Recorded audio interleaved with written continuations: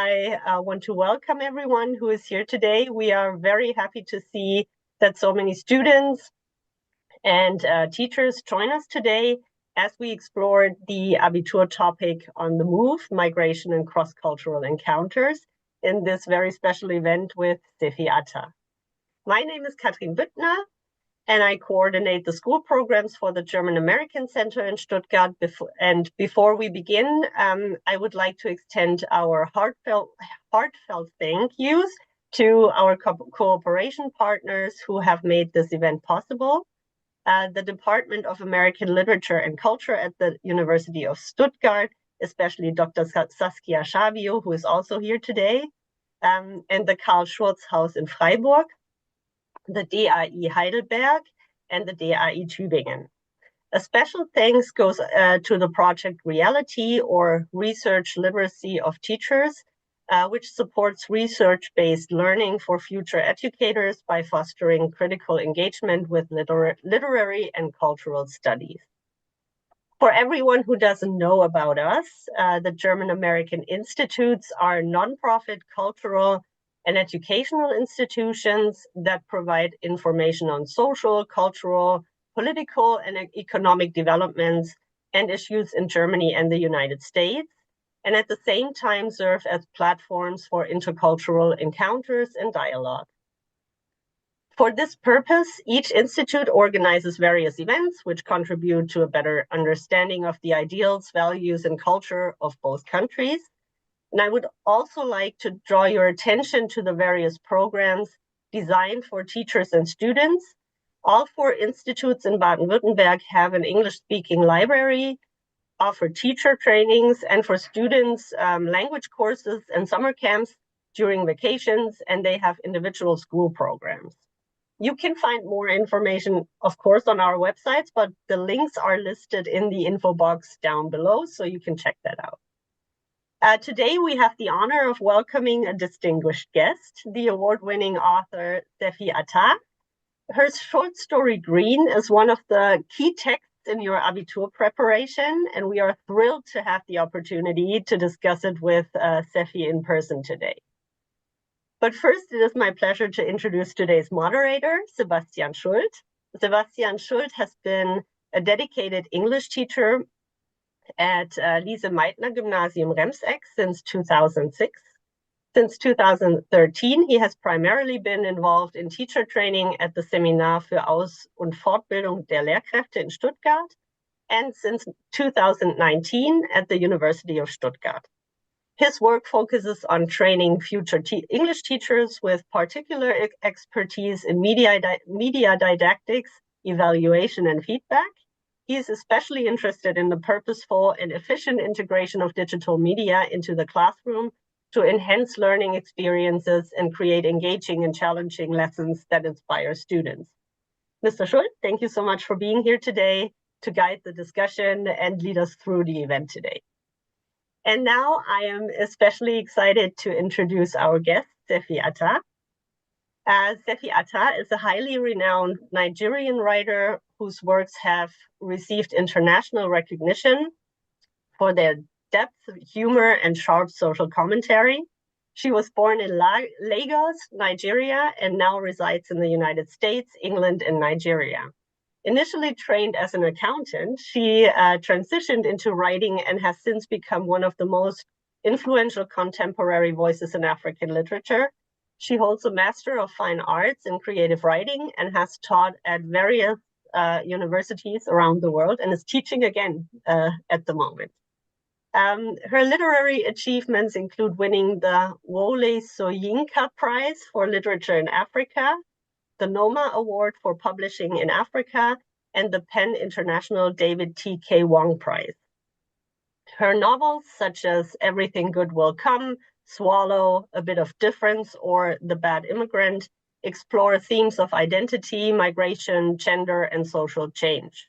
Her short stories and plays, performed and published internationally, are notable contributions to her esteemed position in African literature.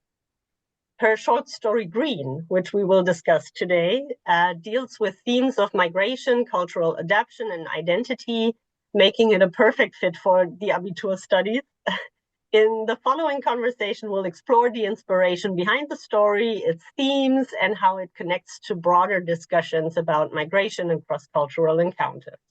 Yeah, well, thank you, Ms. Schaubia. Thank you, Ms. Bittner. I'm thrilled to welcome all of you to our virtual conversation with Sefi Atta today. Most of the people watching today probably have read the short story Green as part of the graduation topics for the A levels here in our state of Baden-Württemberg. And today, well, you have the unique opportunity to get to know the author behind the story. So welcome, Sefi Atta. Great to have you with us. Where are you calling from, actually? Mississippi, USA. All right, so it's good morning then. Good morning. To you. For us, it's afternoon. All right, let's dive right in. Before we talk about the short story, we'll come to that, but let's find out more about you as a writer and your background first, if that's okay with you. So who's the author behind the short story? Could you tell us a bit about your childhood, your family life, your career? Sure. I was born in 1964, as you probably already know. I was born in Lagos, Nigeria, and I was the middle child in a family of 5 children. And we were part of the first generation of post-colonial Nigerian kids. And I grew up in, my childhood was idyllic. I grew up in a nice suburban neighborhood. We'd ride our bicycles, we'd go to the shore. We lived near a creek. Before Lagos became as built up as it is, we'd be able to walk there and watch the fishermen play on the shore. And it was just so much fun. But at the same time, Nigeria was going through a civil war. So I felt safe where we lived, but we were far away from the war front. And the Civil War lasted between 1967 and 1970. 2 years after the war ended, my father died. I was 8 years old, and that changed the dynamics in our family, as you know, a parent's death always does, you know. And but I didn't miss having a father figure, because my mother stepped in, and to put it simply, she was strong, but she had to be. But I did miss my father. And then 2 years after that, in 1974, I went to an all-girls boarding school in Lagos. I wasn't made to go. I wanted to go because my elder sister was there, and she told me so many stories about this school. And I couldn't wait to start. I remember my mother always telling me that when she left me there, I didn't even look back, you know. So that's how much fun I had. And I was very much into drama, not drama as people use the word now, real drama, or play drama, should I say. And I loved English literature. I loved history, learning about the African kingdoms. And for some strange reason, I liked economics as well. So I was there for 4 years. And then I transferred from an all-girls school in a city to a co-educational boarding school in England, in a village called Street in Somerset. And yeah, so, and I traveled to England before, but I knew London fairly well, but I mean, as much as a child could, but I had no idea what rural life was like in England. So that was a culture shock for me. But also Milford was an international school.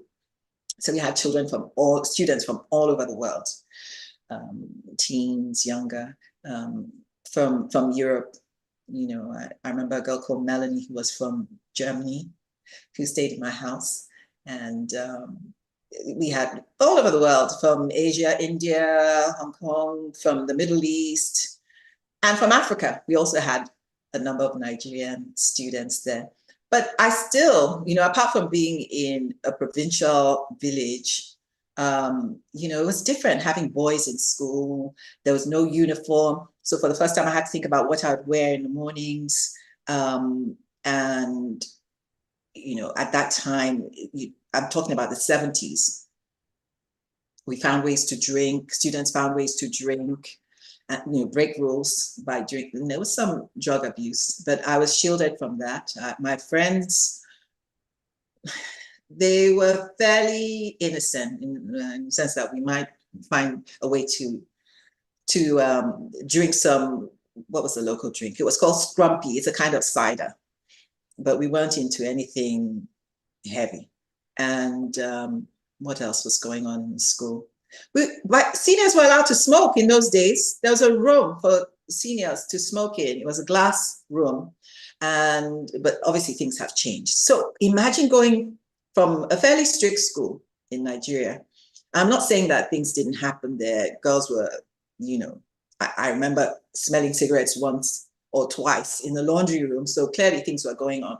But imagine moving from that type of environment to a fairly liberal environment type of school. I got involved in drama. I loved French, and I studied French and English literature for A level.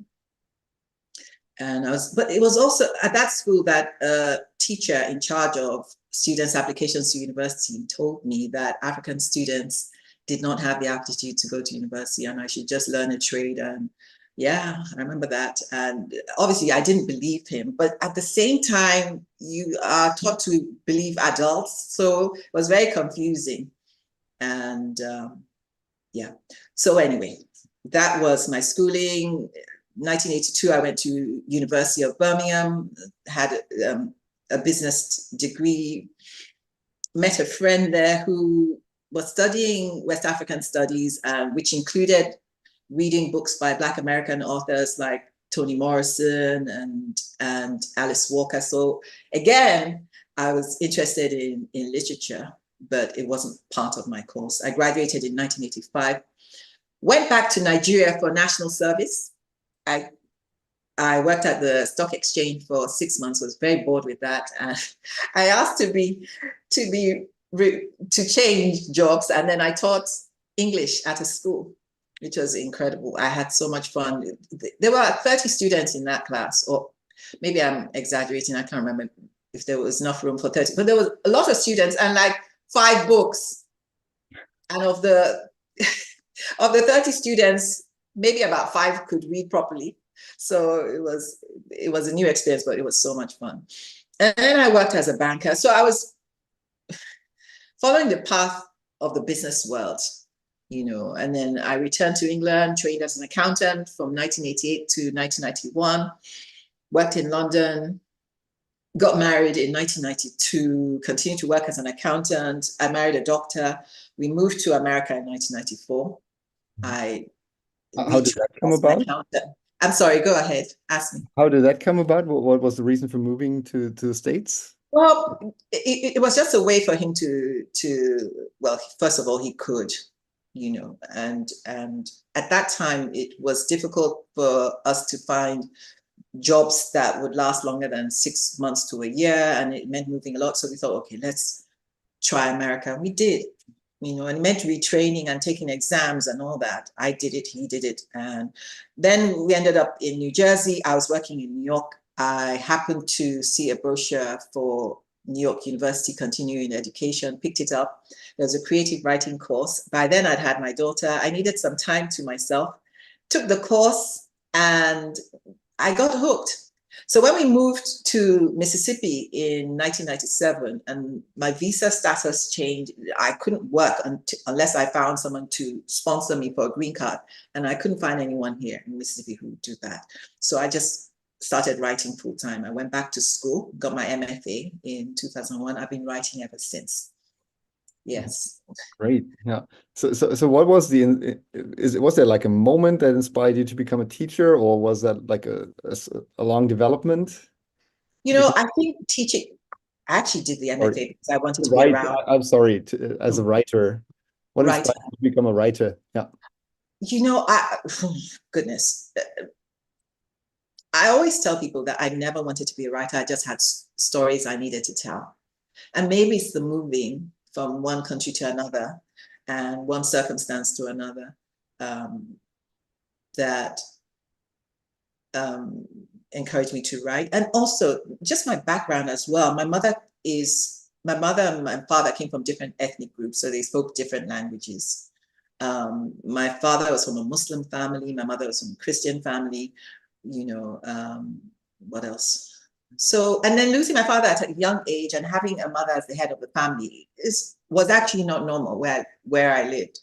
So all these things, being in between, being a kind of outsider and having to learn how to navigate new places made me want to be a writer. I've also been in Nigerian circles or in close proximity to Nigerian circles. So my stories come from what I observe from them. And a lot of the themes I explore about ethnic and religious bigotry, sexism, patriarchy, classism, and racism.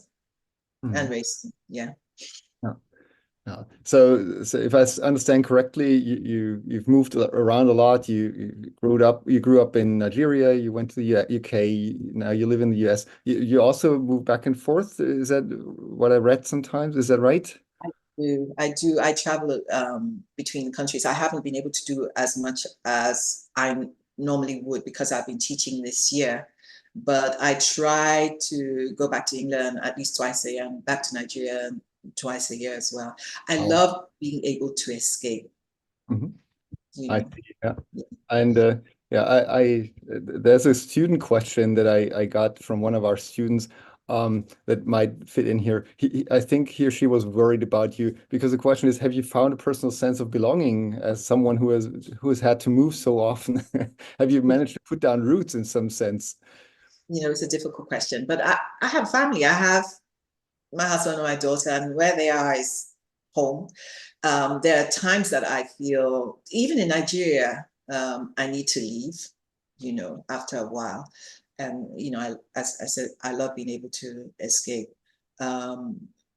Yeah, you know, I'm Nigerian, I'm American, I have a cosmopolitan view of the world. I've lived in urban spaces, parochial or provincial places. I've been okay, and I think it's because I have moved from one country to another and had to adapt pretty quickly to yeah. All right, and now not only you travel a lot, but also your stories travel a lot. They're published worldwide, you could say. And I'd like more. I'd like more. Okay, I see, obviously. But do you feel like the themes in your work or also the content of your work, particularly migration and identity, that they resonate differently with people, with readers from different countries, from different origins? They possibly, I'm sure they do. I'm sure they do. But it depends on what side of the borders my readers are, you know.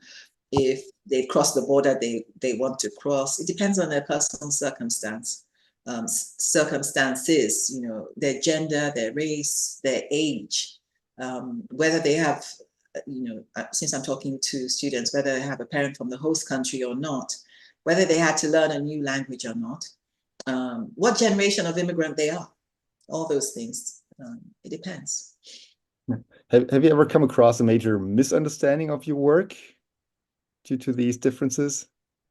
Yeah, sometimes. Like, for instance, with Green here in Mississippi, I remember a student asked me if the parents were jealous of their daughter because she was an American citizen, you know, and I had to correct that notion. So, yeah, all my works have been misunderstood, you know, and I try as much as possible to be honest and truthful and everything, but there's only so much. You can't control how a reader perceives your work. And that's okay with me, how they choose to interpret it. All right.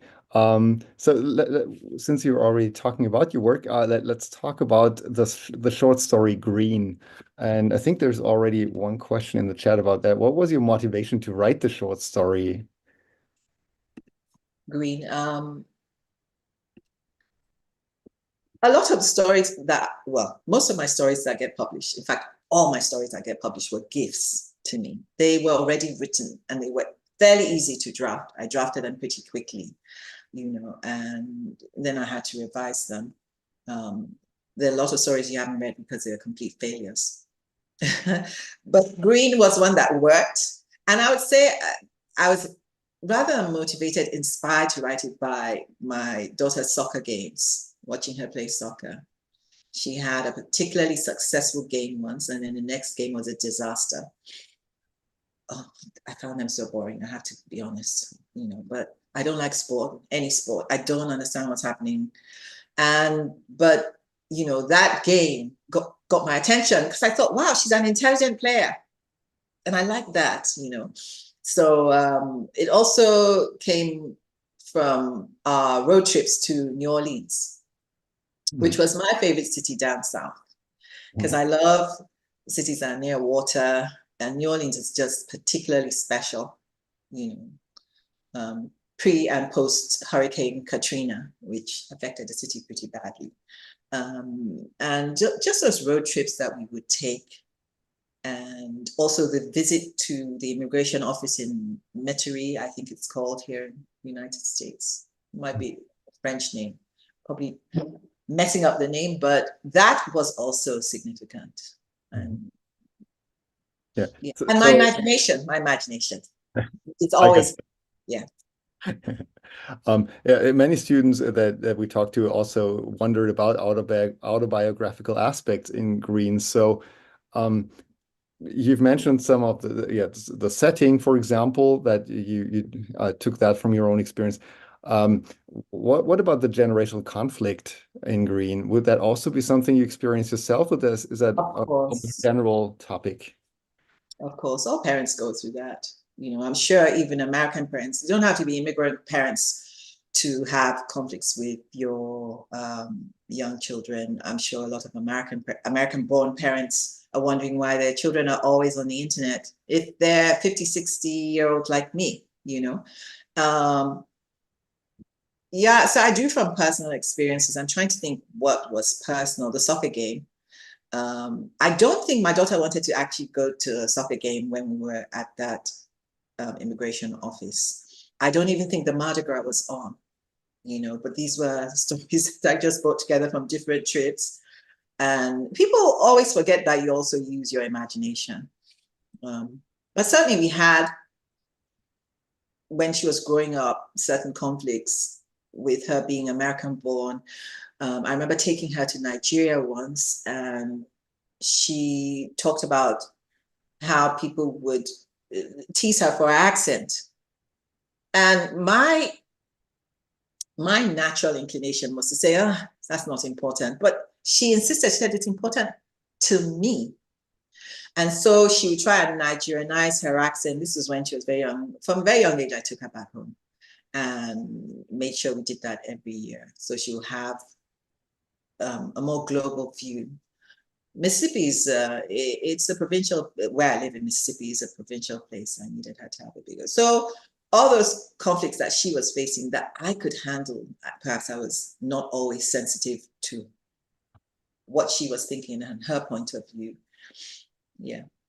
So for you, it's probably then easier to identify with the perspective of the parents in the story? As well as the child. The child, writing from the child's perspective, which was instinctive, I felt it was her story, and I didn't want to burden it with adult considerations.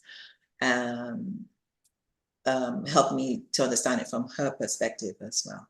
But my daughter is fairly vocal, so she'll let me know how she's feeling. Yeah. All right. And that helped in the story, by the way. That helped in the story. The bit about arguing with a friend over a boy was a personal story. Yeah, it was. Yeah, I told her, if you're both fighting over a boy, you've lost. I hope they made up. They did. Oh, glad to hear that. All right. Yeah, one of my teacher colleagues actually kept wondering to what degree that simmering conflict between the narrator and her parents is caused by the generational divide and between the first and second generation immigrants, or to what degree she's just being a typical self-centered, somewhat self-centered 9-year-old girl. Your thoughts on that? Well, yes, she was, but so were the parents. What they all lack is kind of consideration for other people's feelings. But they understand each other a lot more than readers may pick up on, I think it's just the tension of the moment and the nervousness involved in whether you'll be approved or not. Yeah, it's so funny. When I went in for my interview, I talked to a man who said to me that the previous applicant, when he asked him to name a public holiday, said Saturday and Sunday. So yeah.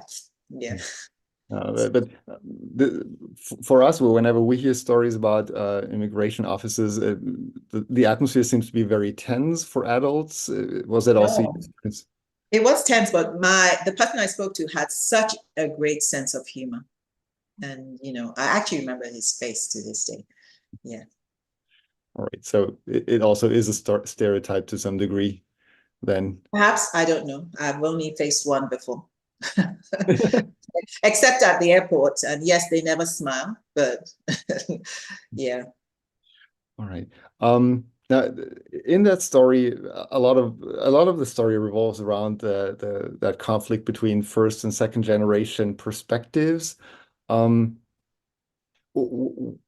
do you see this to be the biggest problem in families with that background? Well, between immigrant parents and their children? Gosh, again, it depends on what generation they are. But if we're talking about a family like mine, when my husband and I moved to the United States, we were just thinking of ourselves. We weren't thinking that our move will have a multi-generational effect. We were not even thinking about the generation to which my daughter was born. She's just on the border of Gen Z and millennial. So we had no idea, when we moved, there were computers and everything, but we didn't know what effect social media would have on children. Mind you, parents in Nigeria are going through the same thing, and I'm sure parents in Germany are going through the same thing. But we did not think too hard about how she'll fit in school, her name, whether people will be able to pronounce it or not. She's a Ransom Kuti, which is a well-recognized name in Nigeria. But here in Mississippi, they would say to her she had the cooties, which meant she had, I don't know, some kind of bug or something. So once or twice that happened. And, I would tell her that, back home, no one's even going to bat an eye when you say your name. And of course, she got over that pretty quickly, because I made her. A lesson in parenting. All right. Now, of course, many students that deal with the story also focus on the title, green, and the color symbolism that's reflected in it. In the story, the protagonist, she comes up with many different associations, like green is for vegetables, green is for Northeast soccer field, green is for envy. What were your thoughts when choosing the title? Green. Well, she talks a lot about green, so in the end, I had to use that title. And what made you integrate it so often? I'm sorry? Why did you integrate green so constantly in the... Again, I was thinking about it from the point of view of color. And I don't know why. I guess because it started with, in my imagination, the color of the Nigerian flag, which is green, white, green. And then I just took it from there. These stories are gifts, by the way. I can't explain. And I think it's just taking a lot of information and then just letting it go.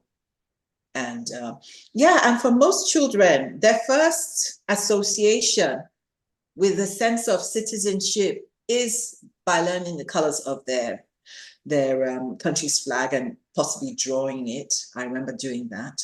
And it might even instill a sense of patriotism as well. If it's drilled into them by their teachers, as it was. But I have no personal association with the color green. I prefer red and yellow, personally. She liked yellow as well. She didn't like blue. I like blue. So, yeah. All right. I think one thing I personally liked about the story was that at first you think, well, color symbolism is a little bit an old joke. We've heard it. It is. very often, and then the more we read on and we read on, and the more associations we witness, the more ambivalent the whole thing becomes. Was that intentional, or did that just develop? It did, because obviously the last thing I don't want to do is something that's hackneyed or cliched, you know. So she did offer, I would say, interesting aspects to the color symbolism, you know. And then some of them was just, some of them were just hilarious, you know. So hopefully I did more than just use colors, you know. Trying to think. Yeah. But I understand fully what you mean. And I'm a writer who tries to challenge myself and not use things that have been done before. So the dialogue between the parents was interesting, I found. How or why? Well, because, you know, for instance, where she says they're predictable or whatever it is, and she laughs at her mom being into women's rights and saying she's not for all that, you know, and then she fights her friend and said she was trying to take my man, you know. By the way, that trying to take my man, I think my daughter once said that to me, and I was saying, what are you talking about? You're 6. Why are you talking about someone trying to take your man? My goodness, she's probably going to be so embarrassed. And another thing, she can't remember, so maybe that's a good thing, what she did. So I always found it quite funny when children spoke like adults, you know, so I use that a lot. Yeah. And how easy or difficult was it to change the perspective and write from the perspective of a 9-year-old? You simply imagine to be your daughter, or? You know, I didn't in this story, oddly enough. I just use her language, you know, and that's what I do with everybody. If I'm writing about you, for instance, Sebastian, and we know each other long enough, I might use that, your language, to create a character who's from Germany, about your age. I think it's necessary to do that. My ability to remember how people speak is one that has been useful. You know, my ability to imitate people has been useful, you know. So I didn't see the character as her, but I certainly used her language. It makes the story more realistic. I see, absolutely. Talking about the story, there's also that recurring motive of the US presidential elections back then. And the protagonist's dad, she shows that ambivalent and somewhat irrational attitude towards the incumbent, back then probably George W. Bush. And what made you integrate that element into the story? Well, I thought it was also important, a story about immigration, to ground it in the political atmosphere of the US. And it's not that he was ambivalent, it was that there's not just one view. You know, I find there's a lot of tribalism in politics these days. Possibly it's always been. So where people won't even admit that a candidate has done wrong, or you know, just because they want to belong to the tribe. And I've never been like that, you know, in the sense that, you know, I'm left leaning, but I'm not going to agree with everything Democrats say, or, you know. And certainly in Nigeria, I don't follow any of, I don't care for any of the political parties, because I go by what I see and what I hear, what I find out. So. So just if it's okay with you, but could you give us a quick insight into your perspective on current developments with regard to immigration policy? It's a huge topic, and it's not one I want to get into, to be honest with you. It's a difficult one. It's a difficult one. No, it's too, I think it would take too long and too much out.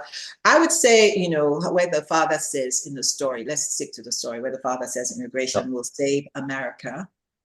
I don't know how seriously he took that statement, but I know that the current administration would disagree with him, and certainly a lot of Americans. if you judge what happened in the last presidential elections. Yeah. You know. And we also just had general elections, and Germany is also experiencing a lot of discussions around migration and integration. So how do you think stories like Green can help students and young readers reflect on these issues?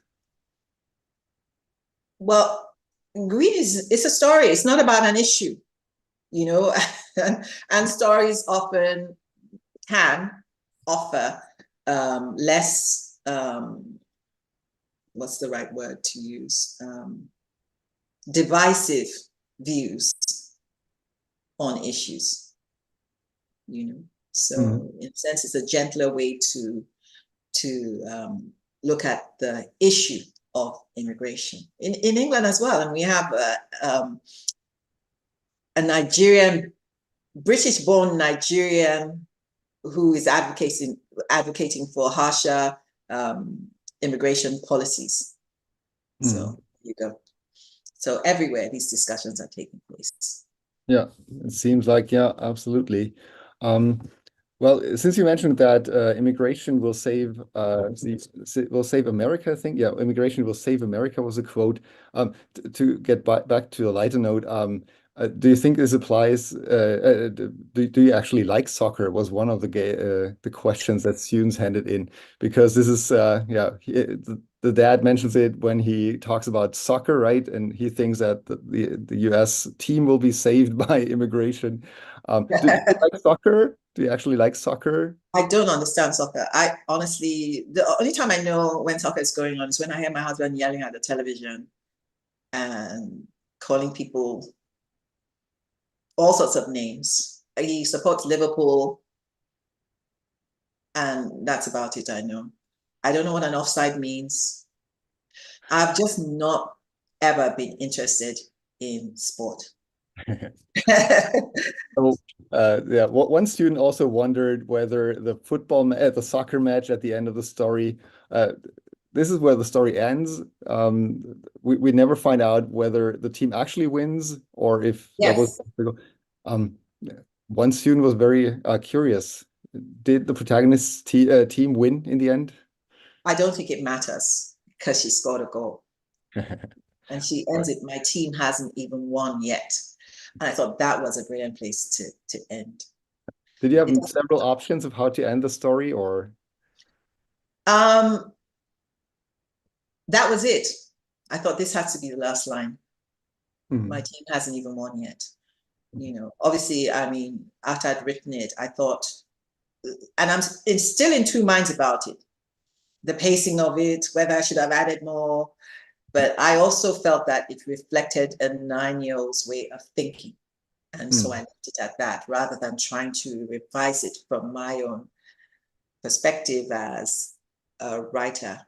Sometimes when I get these gifts of stories, I allow them to be what they are, even though they're imperfect. I can't explain. I mean, they're not so imperfect as to fail as short stories, but I allow the voices of my characters to end the story where they want to end. All right.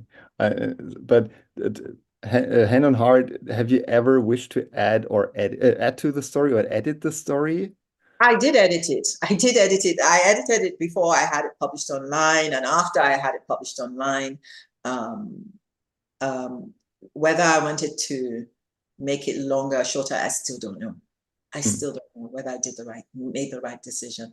But that to me is part of the joy of writing, that I get to make decisions like that. You know, that my MFA in creative writing doesn't interfere with it, that it makes a story unique. Technically, it might fail, but I'm sure you've heard of singers singers who are not technically perfect, but there's something about their voice, you know. Yeah. And at what point you said that like the characters take over, the characters finish the story. At what point do you notice that your story is working out?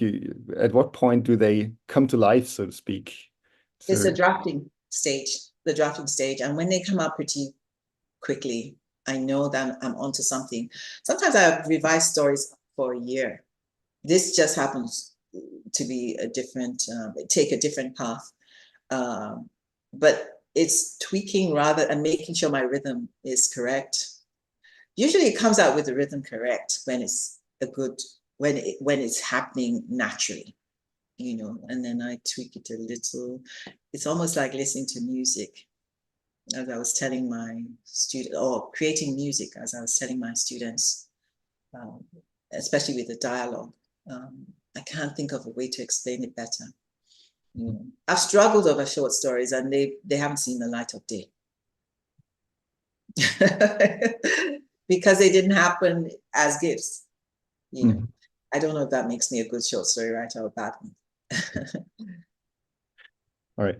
Well, at least you're good enough to be included in our in our A level. Yes, I am.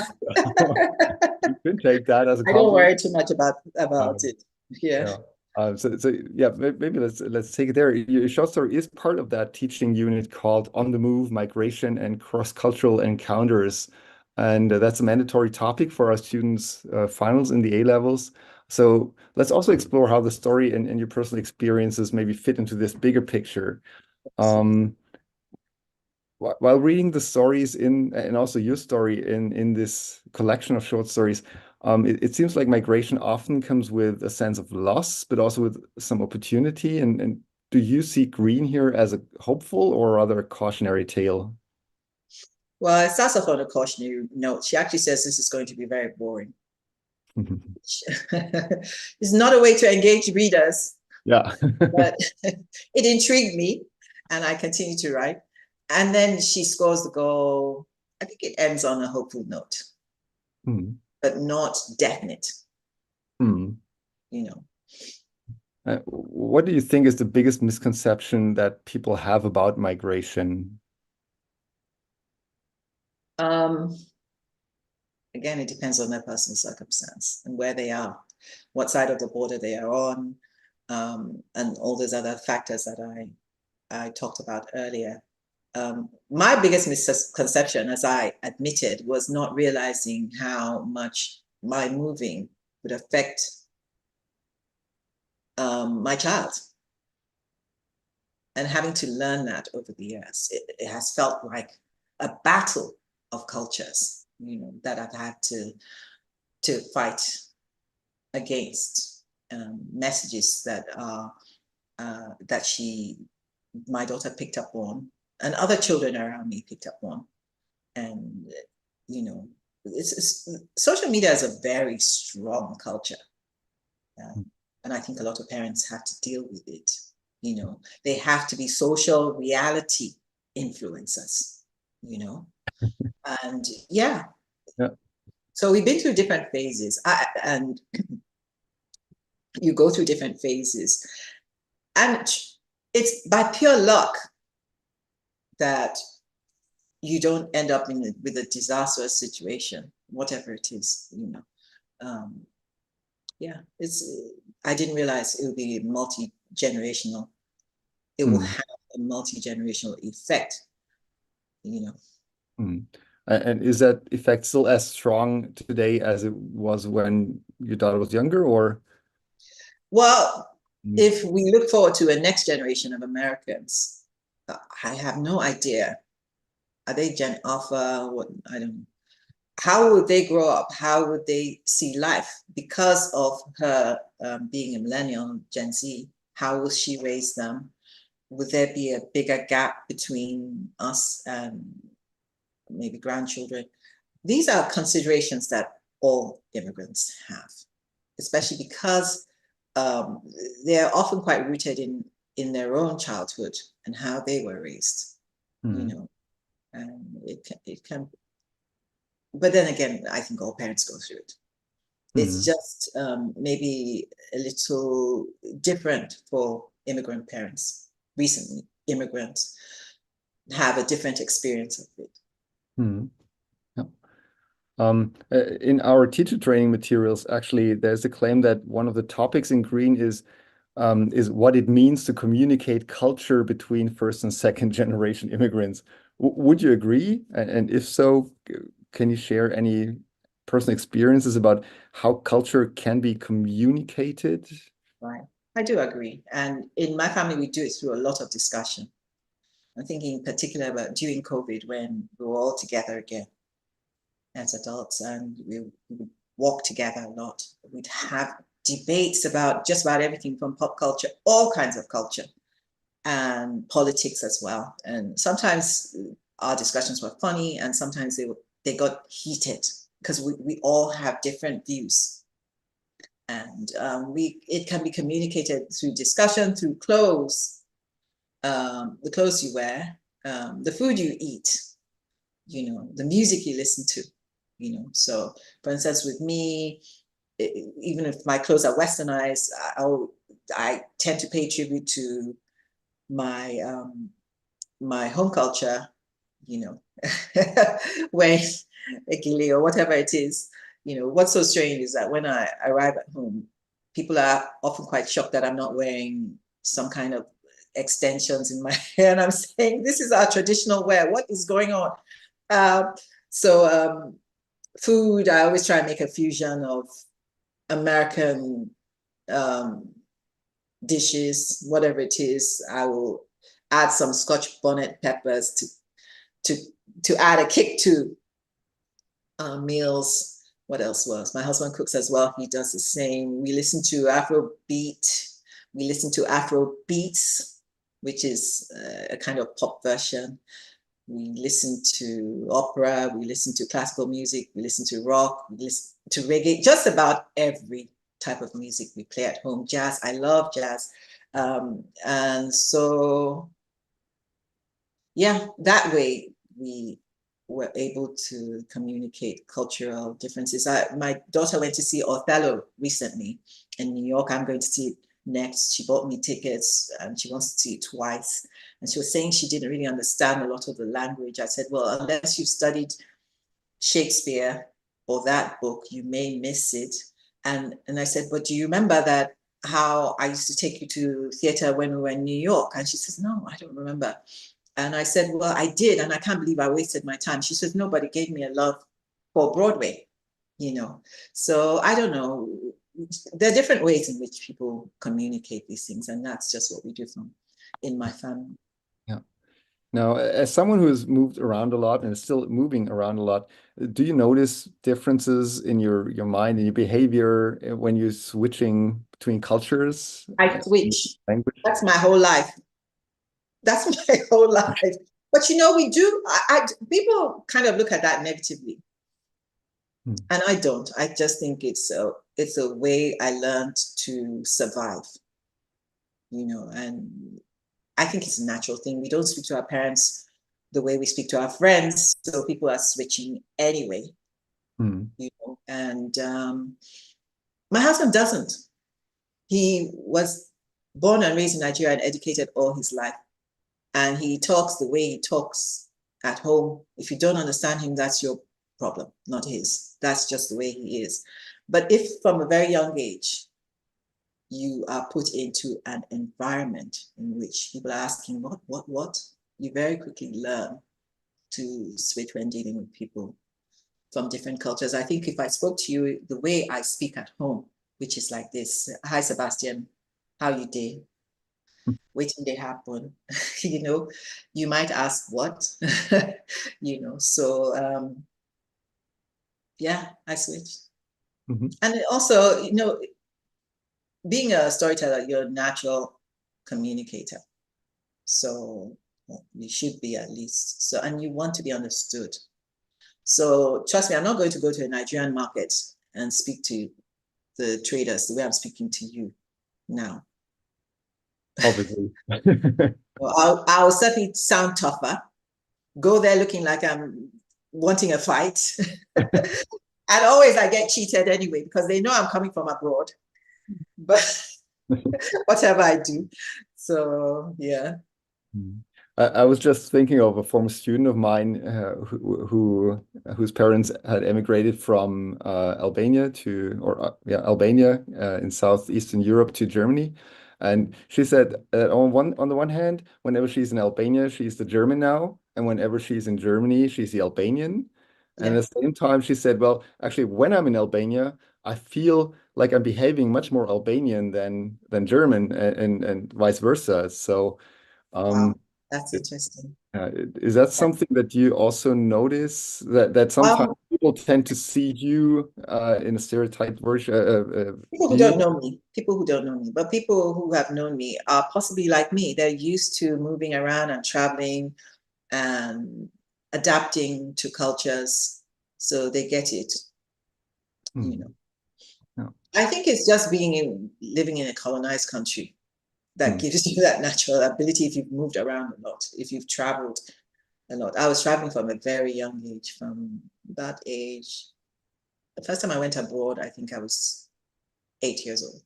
Went all around Europe, obviously as a tourist, and that's different. You know, when you actually have to stay there with your peers, people your age, it can be different. I remember my roommates in the boarding school in Somerset.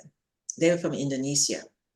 They were actually, one was English, one was of Russian descent, and they'd been to an American school,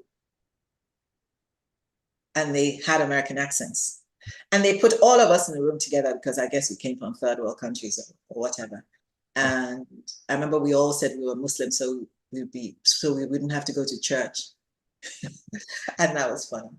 And I remember the first night we were there together, they started singing an Indonesian song. And I knew the song because I'd learned it in Nigeria. And it was my music teacher in Nigeria was Black American who had married a Nigerian. So imagine that experience when they started singing this song. I think it was Suli Ram is a song, and I joined in, and he said, "Where did you learn that?" And I just knew that something special was happening with, you know. Oh, fascinating. Yeah. All right. Now, this is music in general. As a storyteller, what do you think? What role does language play in communicating across cultures, or also in shaping your identity? That's a huge question, and one that I probably am not qualified to answer, because everywhere I've moved to, they've spoken English. You know, and although American spellings are different, and you know, I have to say it messed up my spelling. I was a good speller till I moved to America. Now I don't know how to spell simple words, you know, but I think it was a lot easier for me if I'd had to learn the language of my host country. I would have been lost because English is the only language that I speak. I'm illiterate in Yoruba, and my father's language, Ibira, I cannot speak or write them. And that's because my parents spoke different languages. But if you have to learn the language of the host country, that's another border to cross.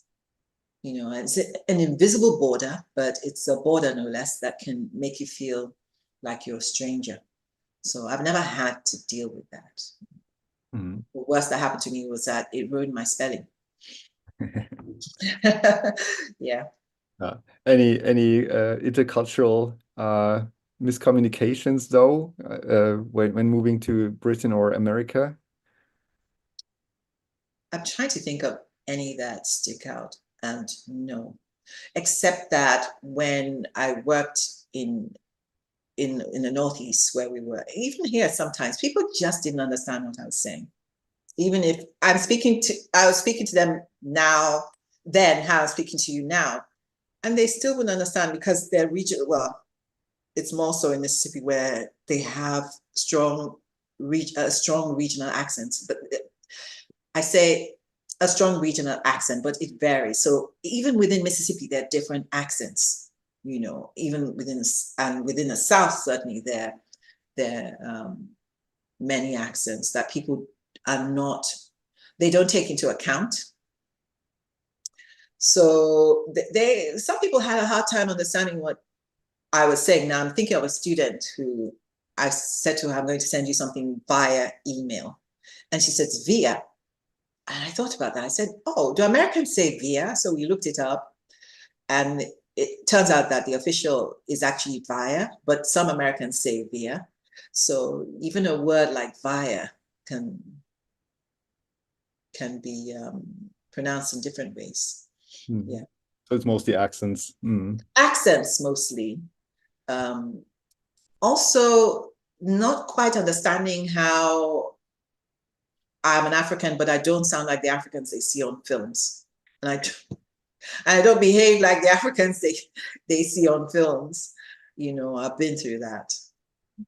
But with that, I certainly take my husband's attitude. If you don't know, then that's your problem, not mine. All right.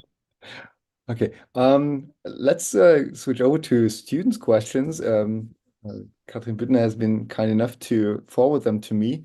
And from first glance, I would say that they mostly refer to the short story again.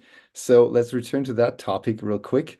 A more general question, though, is, do you think it's in any way ironic that many German students who have never had to integrate into a country are supposed to analyze such complex topics of belonging and immigration?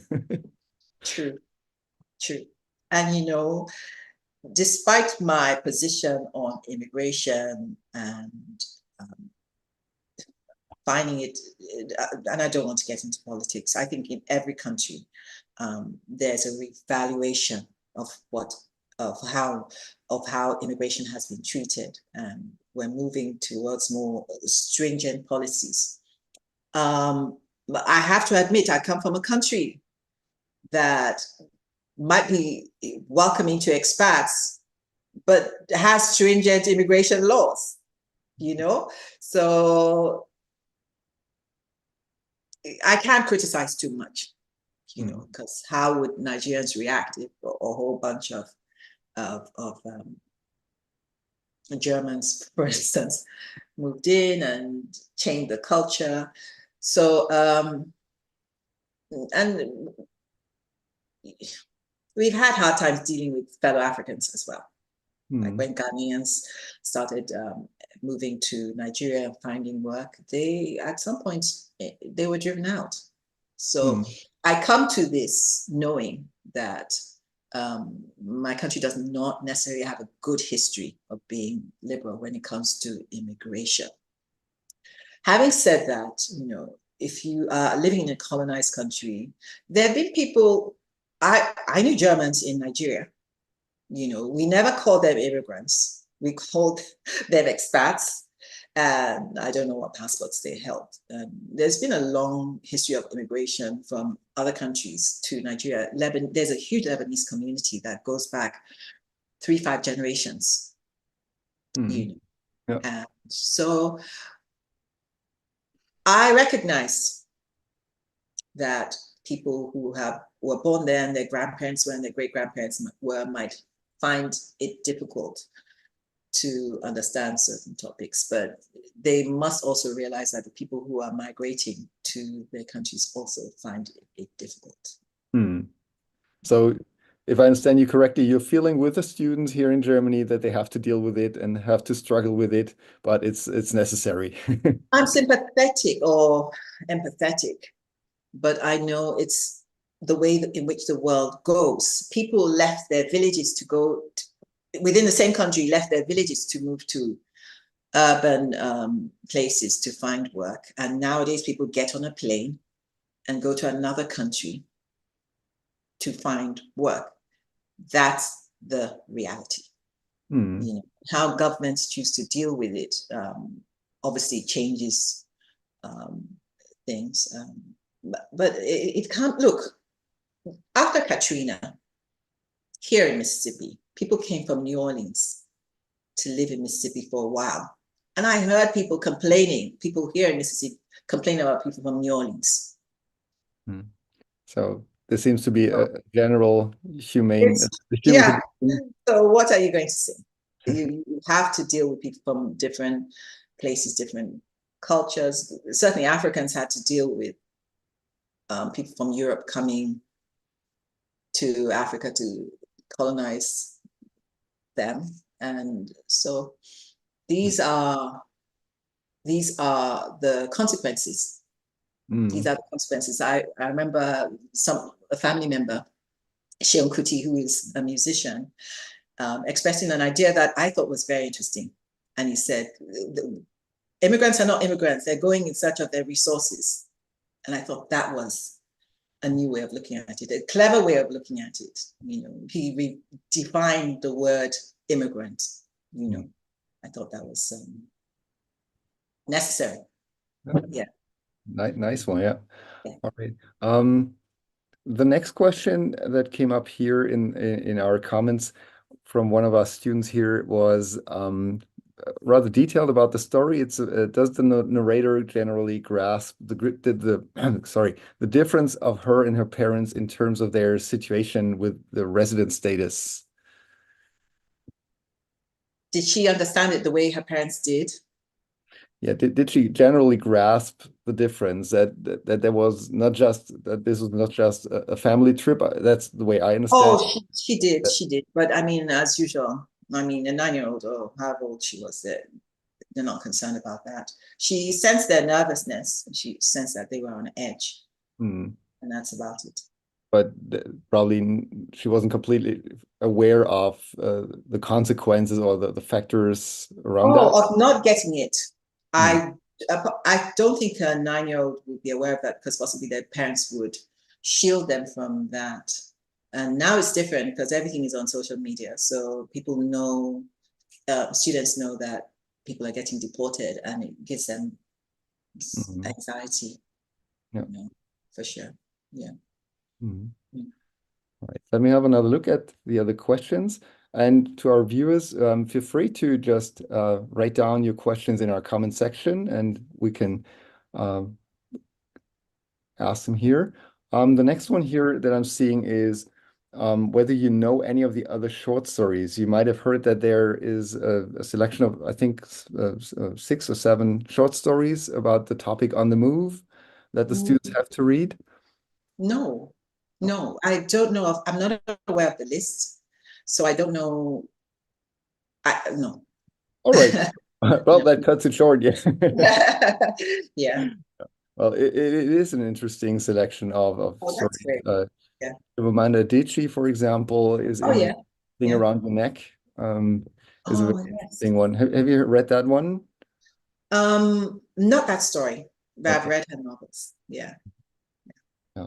So the question in general was, I tried to tweak it. The question was about whether you have read the other stories. So, but some of them are under a title called Negotiating Identity. Is that a suitable title for your story as well? Yes. I think it's usually is for a story about immigration. And I say that with a sigh because when I first came, those were the only immigrant stories were the new thing when I first started writing, not when I first arrived in America. And, a lot of American stories are immigrant stories. It just depends on the generation. And obviously, Black Americans don't have a history of immigration. They were taken from Africa, but everyone else has an immigrant story dating back generations, don't they? So it was just exhausting to be put in a category that other Americans belong to. And it took me a while to write that immigrant story. I was more concerned in, and maybe because I'm a neat thinker, I started off in Nigeria and then moved to England and then to America. Yeah. Talking about the neat thinker, in one of the biographies, it also said, you talked about that you have a degree in accounting, right? I do. Yeah. And that this also affects your storytelling, that you're a very effective planner before you start writing. Is that true, or was that an exaggeration? I don't know whether I plan well. I mean, honestly, if people looked at my notes when I'm drafting a story, they won't even know what I'm writing. But I file them away in the hope that I might use them. So that is a way of being organized. That I try not to take on too many things at the same time. It's also organized.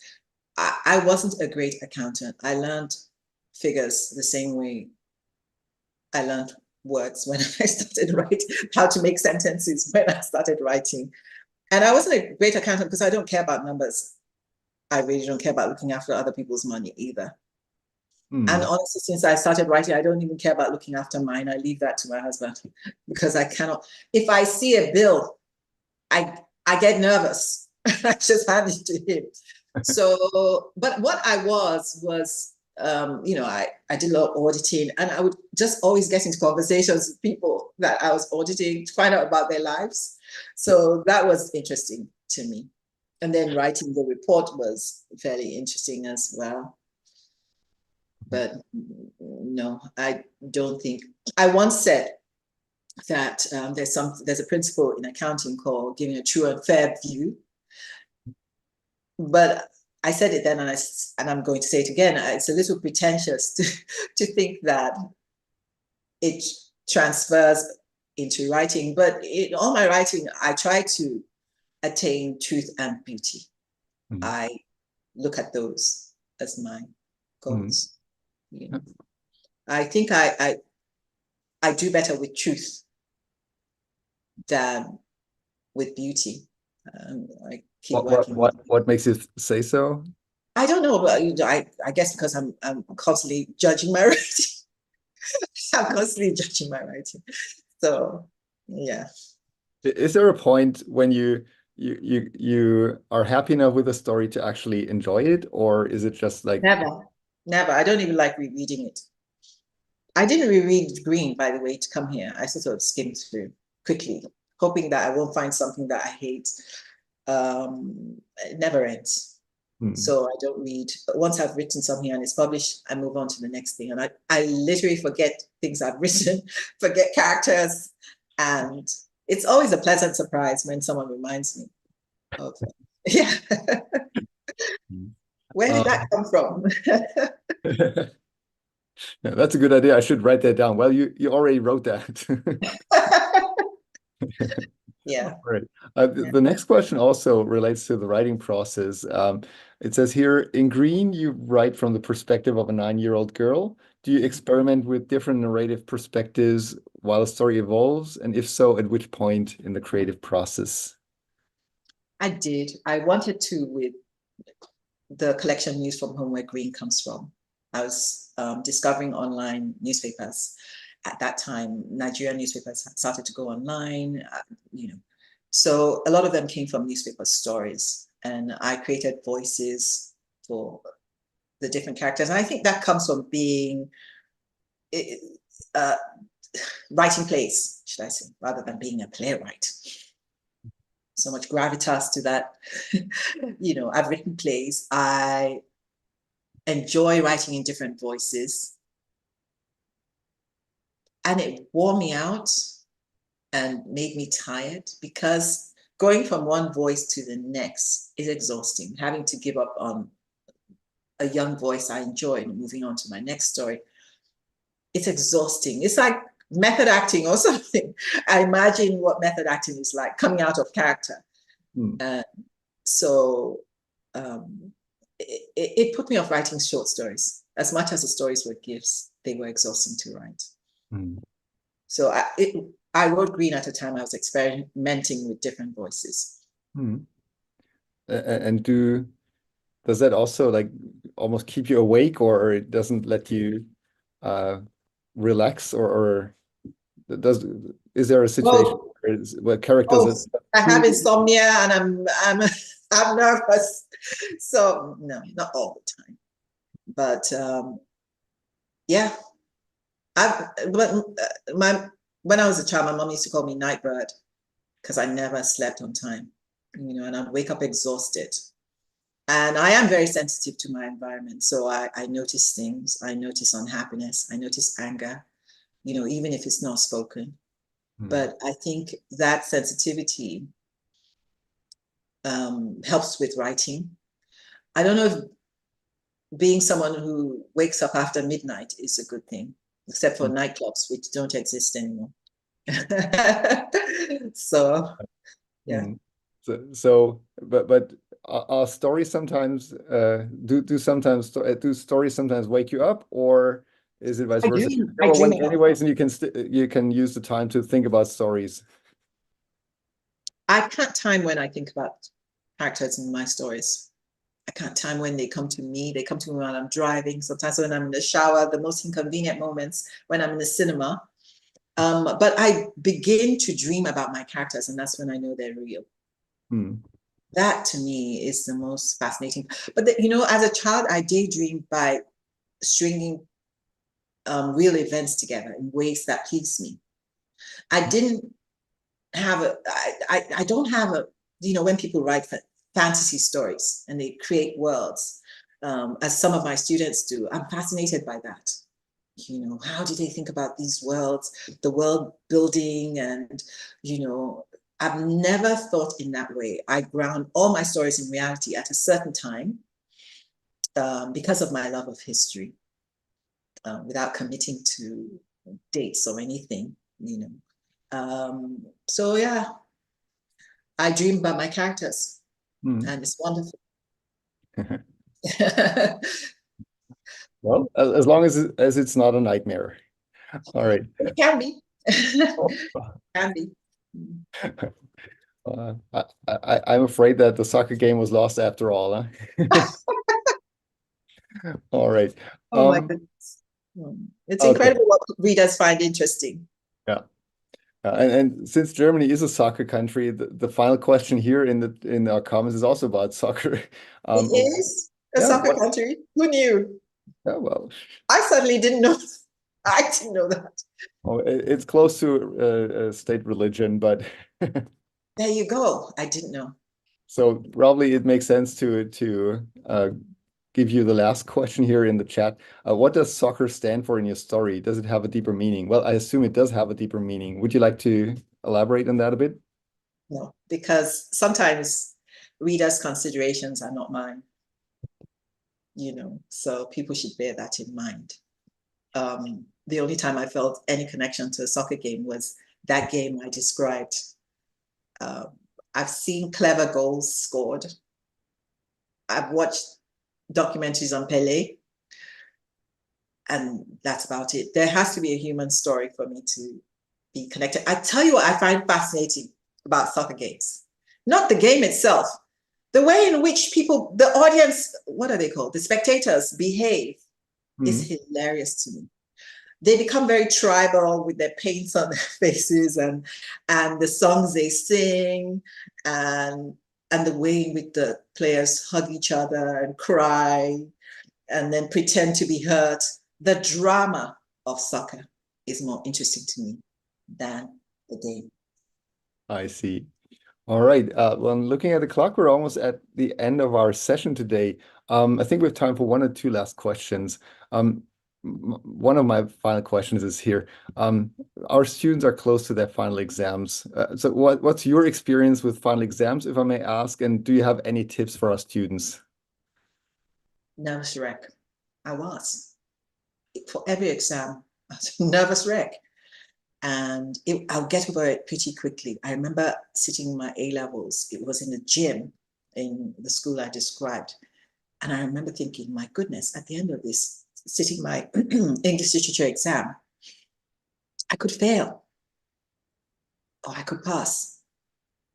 And that's the way in which I looked at it, live or die, because I couldn't imagine having to take my A-levels again. And I was very strong with English literature, by the way. I remember doing the mock exams, and my friend, who was brilliant English girl, she would always copy my homework and score better than me. After she came first. And I remember her percentage was 56 because they were top markers in those days. They didn't give people A's. And I came second with 55%. And our teacher was a Shakespeare expert, and he was excellent. He's the reason why, I can't remember his name.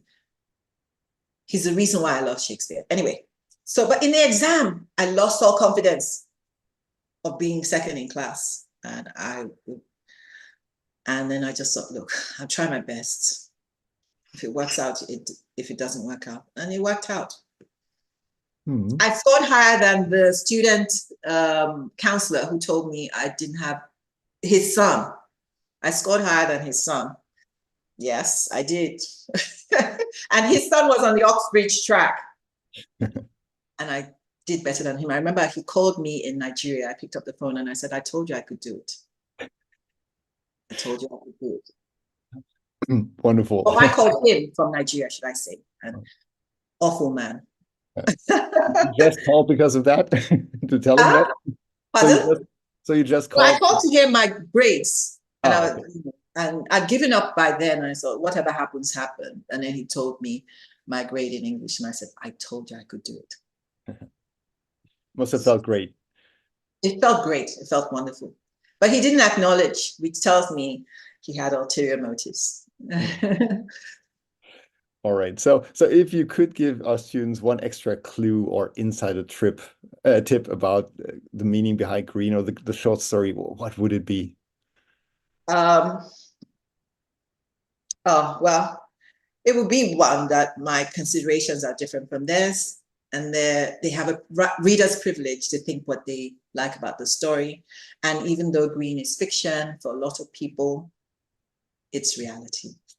Mm-hmm. Yeah, and they probably shouldn't be afraid of finding their own interpretation. No. That's not that one. That's a reader's privilege. And sometimes readers point things out to me that I had no idea of. The way Saskia pointed out that the character was reading a book, it never occurred to me. Mm-hmm. You know, the only thing I remember, I was reading a book when I went to the immigration office, The Quiet American by Graham Greene. Yes. Right. All right. Okay. Unfortunately, our time is up. Sefi, thank you very much. I'd like to express my thanks to you for sharing your thoughts, your insights, and opening a window into your world. I hope that for the students at home, the teachers at home, the story has come to life even more than before. You've also illuminated the complexity of your story's topics and the writing process. We got to know the person behind the story. Thank you very much. Thank you to our audience as well. Thank you for bringing up these engaging questions. Best luck with your finals. And thank you again, Sefi Atta, for spending this afternoon with us, or your morning in this case, and making this a memorable experience for all of us. Thank you very much, and hope to see you again soon. Thank you, Sebastian, for stepping in. And to the students, go in with courage. Go in with courage. That's a really great advice. I can only second that. And thank you so much again from our side as well. We're really honored to have been able to offer this event with you, and I hope the students had as much fun as I had listening to you. It was really great to listen to all the stories behind and all the information you had to share. So thanks so much. And I also can just agree with Mr. Schult. Good luck to everyone with their final exams. And Mr. Schult, thank you so much for doing the moderation today.